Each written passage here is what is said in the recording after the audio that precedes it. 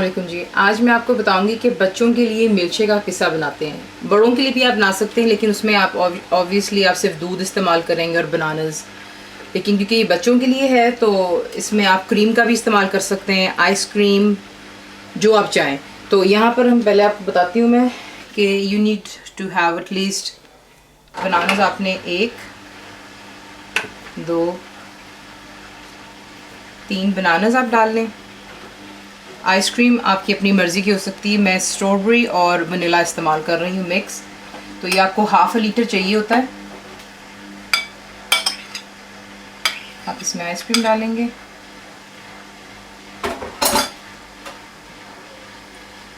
एक गिलास दूध डाल लें।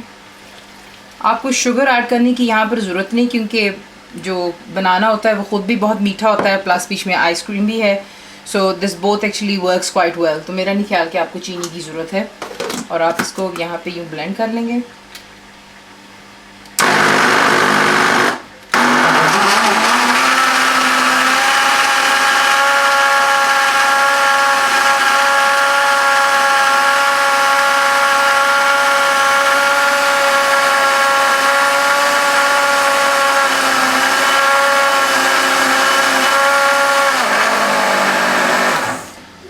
चंद ही मिनट ब्लेंड करने के बाद आपका मिल्कशेक तैयार है। आप देख सकते हैं कि ये थिक है। I hope you like it. Enjoy and please do write and tell me how did you like it.